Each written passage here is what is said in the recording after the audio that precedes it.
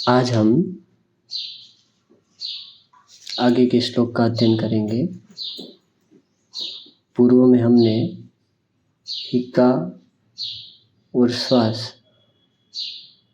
ये दोनों व्याधियाँ किस प्रकार से उत्पन्न होती है इसके बारे में वर्णन किया और ये कितनी दुर्जय होती है ये भी हमने देखा। अब जो आगे की संकल्पना है ये समझना अत्यंत अनिवार्य है सभी वैद्य के लिए। जो ग्रंथकारों की दृष्टि है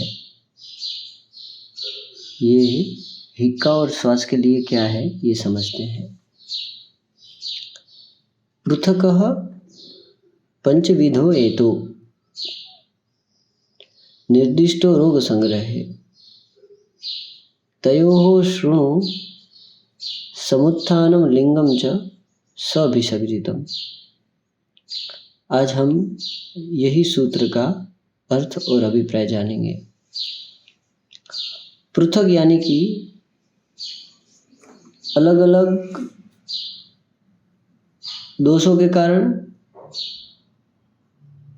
ये जो है हिक्का और श्वास ये दोनों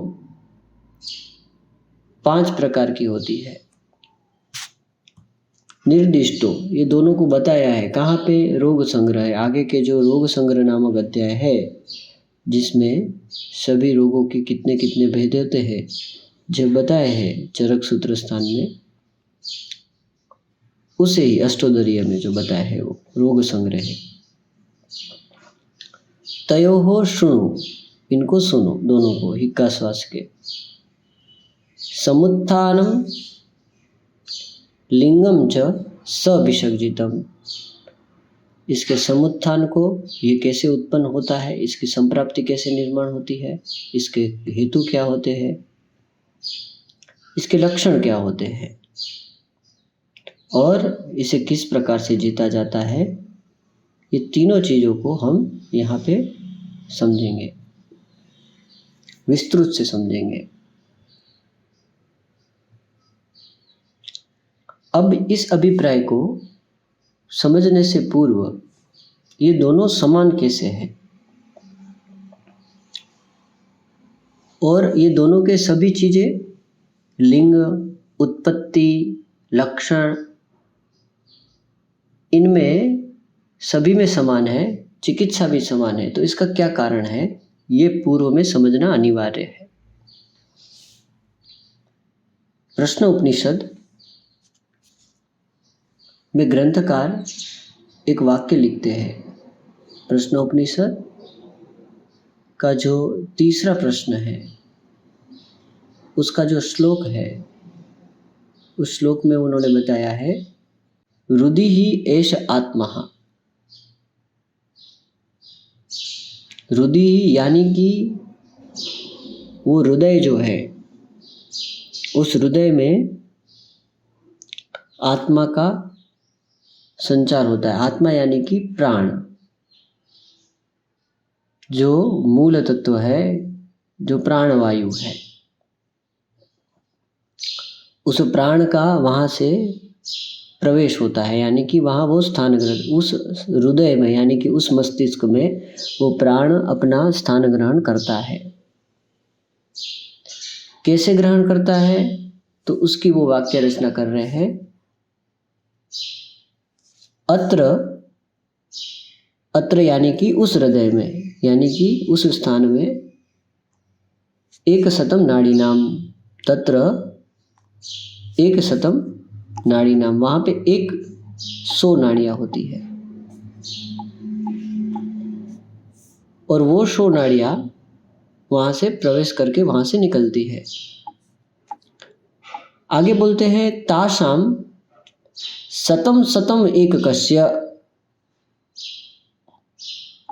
उन 100 नाड़ियों की एक की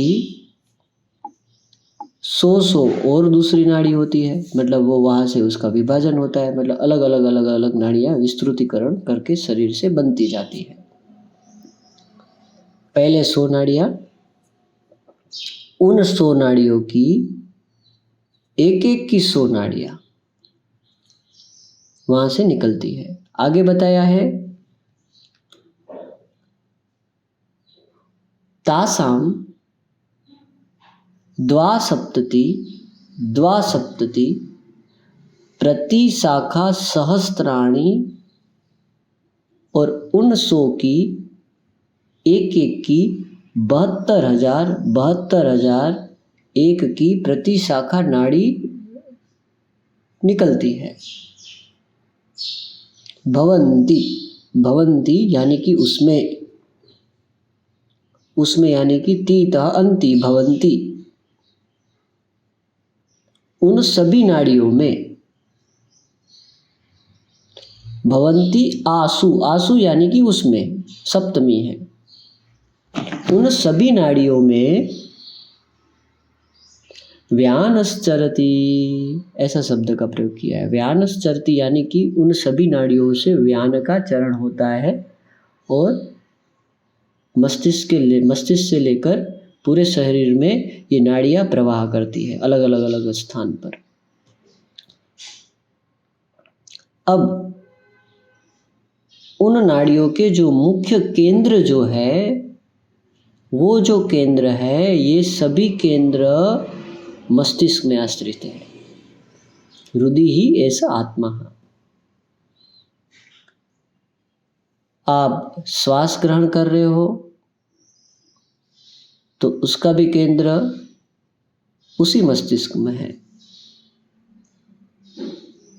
उसकी एक विशेष नाड़ी में जब स्पंदन होता है तब वो श्वास होता है।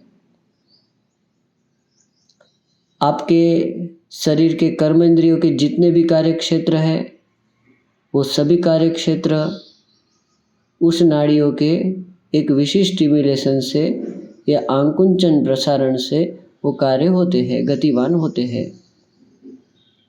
आप बोलते हो, आपकी जो वाक प्रवृत्ति होती है, तो वाक प्रवृत्ति के हेतु उसकी एक विशिष्ट नाड़ी होती है, जो विशिष्ट नाड़ियों में जब प्रेशर आता है, आकुंचन प्रसारण होता है, उससे आपके शरीर से ध्वनियाँ, आपके मुख से ध्वनियाँ निकलती है अलग अलग प्रकार की। ऐसे ही आपके शरीर में छर्दी होती है तो छर्दी के एक विशिष्ट नाड़ी होती है, उसके केंद्र होते हैं। तो समग्र मस्तिष्क के अंदर अलग अलग प्रकार के नाड़ियों के केंद्र होते हैं और उस केंद्र पर प्रभाव पड़ना यानी कि प्रेशराइजेशन होना या स्टिमुलेशन होना, उसके प्रभाव स्वरूप शरीर के अंदर अलग अलग प्रकार की घटनाएं होती है। घटनाएं यानी कि क्रियाएं होती है। अब ये जो प्राणव स्रोतस है, यानी कि जहाँ से ये नाड़ियों का प्रवेश होता है, उस सभी को धारण करने वाला, अवलंबन करने वाला प्राण होता है। मस्तिष्क को और हृदय को, दोनों को अवलंबन करता है, ये प्राणवायु होता है। जब ये दोष प्राणवह स्रोतस में यानी कि इन नाड़ियों में प्रवेश वो कैसे करते हैं, वो हम बाद में देखेंगे संप्राप्ति में। उन विशेष रूप की नाड़ियों में जब स्पंदन करते हैं तब श्वास और हिक्का होते हैं। अब जो श्वास और हिक्का है, ये दोनों की नाड़ी परस्पर एक दूसरे के साथ बंधी हुई है, भिन्न नहीं है। इंटरसेक्टेड होते पूरे शरीर में प्रवाह करती है वो नाड़ियाँ। वो दोनों के केंद्र में, एक के केंद्र में नीचे की तरफ जो गति होती है वो श्वास की गति होती है, और जब संकोचन होता है तब वो नीचे से वायु को ऊपर की तरफ गति करवाता है, उससे हिक्का की प्रवृत्ति होती है। दोनों की नाड़ियाँ समान होती है, एक में आकुंचन एक में प्रसारण होता है। तो जब आकुंचन की प्रक्रिया होती है, प्रसारण की जब प्रक्रिया होती है, तब वहाँ पे श्वास होता है, आंकुंचन होता है, तब वहाँ पे हिक्का होती है। आज यहाँ ही समझेंगे, आगे का हम अगले व्याख्यान में लेंगे।